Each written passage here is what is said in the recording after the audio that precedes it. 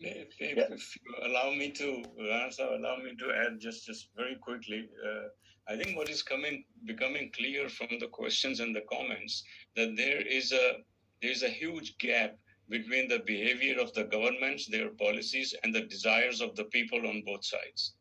And the government has all the instruments and the tool to manipulate the situation and create new conflicts and open new fronts. I mean, for example, if we see that on one side there are groups who talk about Akhand Bharat, and on the other side there are groups who talk about Ghuzwa-e-Hind, and they both radicalize people.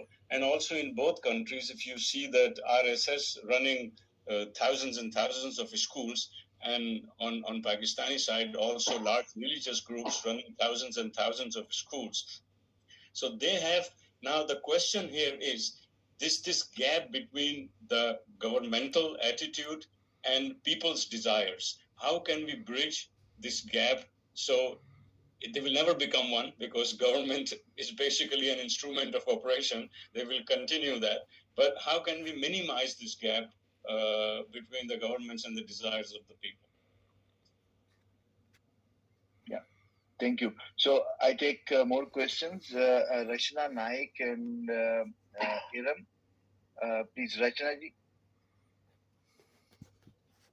Please unmute yourself and then ask question.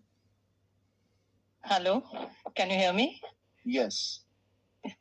Good evening, everyone. My question is this partition happened because of politics that time, and till date, whatever rivalry is seen between India and Pakistan is also because of politics at some higher levels.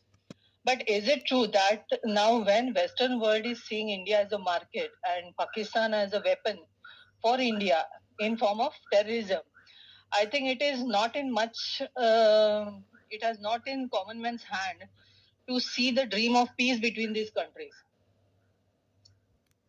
Yeah, thank you, Rachna ji. Iram ji. Iram, please unmute yourself.